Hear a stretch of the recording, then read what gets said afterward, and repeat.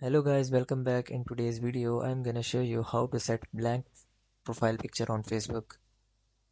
So if you want to use blank profile picture and you want to hide your identity, or you don't want yourself to be in your profile picture and you want to be upload a blank profile picture on Facebook, so this video is absolutely for you.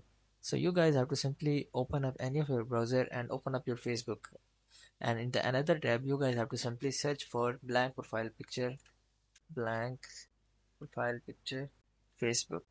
So after searching for that, you guys have to simply open the images, and in the images you guys will see lots of blank profile pictures. You guys have to simply download that one which you want to like. So assume that I want to use this, so I have to simply right click on that and click on save images. After that you guys have to simply select the downloading location and click on save. So after tapping on that, you guys have to simply open it. Now you guys have to simply go to Facebook, and here you guys have to simply open up your profile, and in the profile you guys have to simply tap on this camera icon. After tapping on that, here you guys have to simply select upload photo. So after tapping on that, you guys have to simply locate that photo which you have downloaded recently. So I this one. So after selecting that, you guys can be able to see the profile has been added. You guys have to simply tap on save.